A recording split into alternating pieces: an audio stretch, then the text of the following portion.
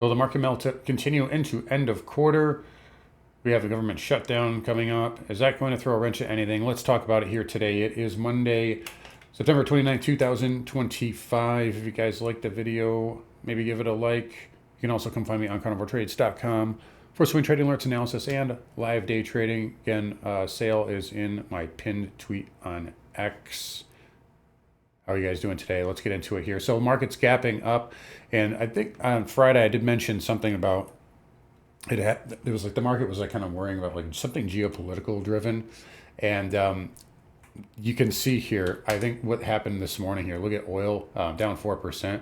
Really nothing going on, and we saw a little bit of an unwind with that. So short sellers, it just look at the programmed bid right up that 20 moving average on the 10-minute.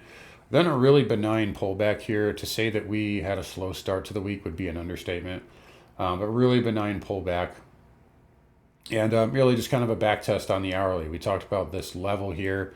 You guys know it. It's 66.50 on SPX. It's right around 6,700 to 6,705 on ES, and you can see. I mean, it's you don't really back test it much better than that. And we're really just off the well, we're off the highs of the day here, but we're just off of that level as well. Bottom line here, so we're above 66.50, so I would give the bulls here the bias, probably I would just say an all-time high. You got 6,700 sitting up there, and tomorrow is end of quarter, so there's going to be, like, I would think at this point, if they don't goose the tape, I'd be kind of surprised. I don't think it's going to get through 6,700, but it certainly can, get up there and test it. So I would say tomorrow with rebalancing and everything, if we're just like neutral to higher, expect some sort of a goose like in the last hour. So just be aware of that. Government shutdown or not, this, that, and the other thing. I was just saying this a minute ago, but one thing to remember here is, like, all right, so we're getting to a point here where the bears, so there's definitely still a window here where we could see an October impulse. I still think that would end up being like a buy, but right now I'm starting to see this pattern here where it's like, okay, it's this is the thesis, right? CPI is going to be hot, and then that doesn't happen, and then it's like, oh well, we just got to wait till jobs, or we just got to wait till the Fed, or we just got to wait till the government shutdown. We got to wait till NATO gets involved. And then it's like you keep moving the goalpost, and then before you know it, you're down 1,000 points, right? That's what I really worked for 2 years here to like get people to not do, because it's something I've done before, right? And it's not fun being a dumb bear, right? So that said here, I think soon bears need to like actually do something. Now tomorrow's in the quarter. I don't think it's going to happen, but come October, we're going to need to see some sort of damage done here. There still is the market structure for it going into October and end of quarter. And again, it's like, is it? The reason I say this too is it's like it's so obvious, right? Like it's just another obvious thing. Like, oh, we just got to wait till end of quarter, or we just got to wait till non-farm payroll. We just got to wait till this. By the way, speaking of non-farm payroll, the BLS today said that they weren't even going to release any data this week if the government shut down. So I don't know how that's going to work. I don't know. Maybe that makes the market spooked, but bottom line here, they're not going to take it down. If they wanted it down to bring it back towards 6,500 today, they would have gapped it down. It wouldn't have floated up overnight. They would have found some excuse. So that said, yeah, short term here, I'm just going to give the bulls the bias here. Trend is up. We're 20 points from all-time highs, and 6,700 is right there for tomorrow. So that's where we're at. Markets here holding up, and we had a little bit of a dip intraday, tested that low, and we're closing off the lows of the day. So we'll leave it at that for now. Qs again right into the 600 handle. So we'll see what happens there. Again, and right now, by the way, market just closing here. But right now, I don't think we're necessarily, when I say the bears need to do damage, I mean like we need to see damage. I don't think we're necessarily, they need to do something now, otherwise the market's just going to go like vertical here. I think in the position you're in is kind of similar to where we were here, right? Where we had like that little sell, and then we had like a really steep divergent high, and then we had to consolidate for a little bit. So I'm not saying we're just going to go straight up if we don't go down immediately, but I think the market does need to like digest some of this, but big picture, that's what I mean. But anyway, yeah, Q's here right at 600. It backed off of there, and that's still acting as resistance. It is a humongous, there's a humongous amount of call gamma there. IWM here backing off of 245, as we know, that still has higher lows.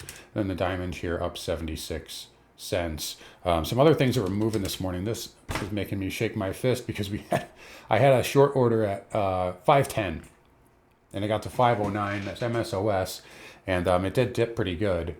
We had a proprietary signal there. It just didn't fill. It had a pretty good scalp there, but up 28% on Trump comments. That's above 5 on volume, and it like what I like is that it came down all the way down to 450 and then came back up. So I know this will be in the news here, so I wanted to cover that. So up $1.16 on MSOS. That may have some legs. So nice move there. We also had Wolf, which was a just 17,000%.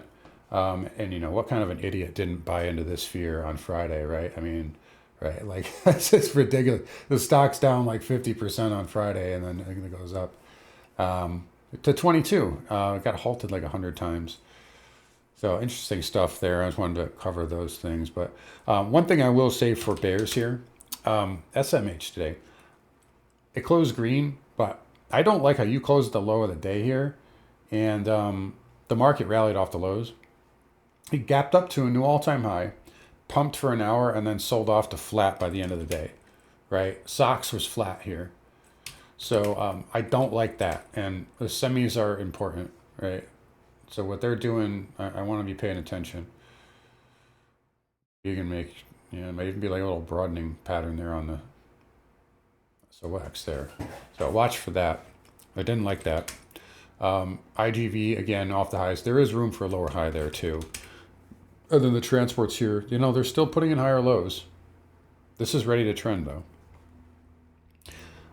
Speaking of that risk premium I was talking about, so we'll get on to we'll get on to rates here and Bitcoin. That's another one that I knew they were going to pump this last night and I didn't buy it, but but the 2-year, rates came down today, like pretty substantially. So 30-year rolling over off that level. Again, there is room for a higher low here, though. But it really felt like there was kind of some risk premium just getting on, rolled off, which is why we gapped up. But then we just had to repair that kind of liquidity. I mean, this is just air here. Like that's all air. But we filled it out now, so it's all good.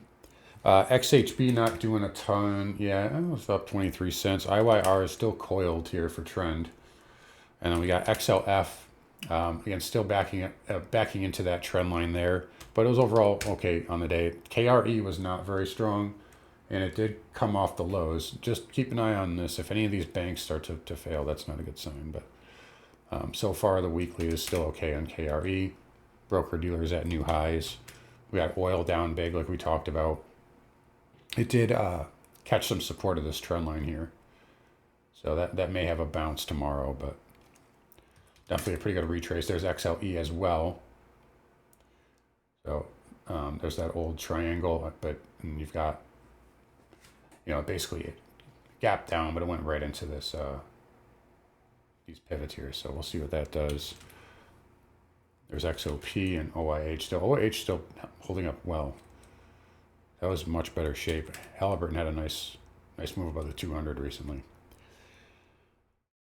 Anyway, DXY backed off, but it did close the week above 98. Again, room for higher lows there. Gold, fresh all-time high. 4,000 ain't that far away. This is not financial advice, but I have a feeling it'll get to like 39.75, and then like maybe that's where it'll start to pull back. I don't know. That's just a hunch. By the way, GDX gapped up, but it sold off like all day long. So just. Again, it's still finished way higher, but just be careful with these. Silver continuing up. What can you say? It's going up, right? I mean, I don't know. Like, what do you want me to do? Say it's going to go to 50? Yeah, I mean, obviously. Maybe it goes to 58 though, right? I mean, this was, what is this, like but yeah. Like the base that this broke out from is much higher, right? So anyway, platinum again continuing higher, up 2.25. Palladium, pause candle, but nothing wrong with that, right? It's just off a double top. I'd love to see this start to do like cup and handle type stuff here. So flattish day inside spinning top. Copper trended really all day long, up 3%. $5 is next on that.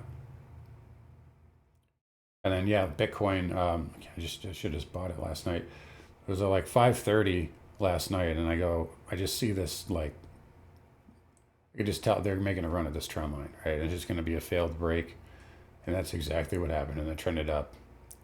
So went right into IBIT went right to 65. I don't think that goes through 66 this week, which is not far from here. And you can see that basically will coincide with that top area, which also coincides with our favorite level that we keep going back to, which is 16,005, we'll call it.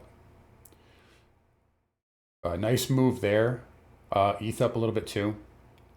Got to reclaim 4207. I still would love it if it just got down to this lower trend line, though. I'd love that. Nice rebound there for the coins today. And yeah, cash S&P 66, 61 here.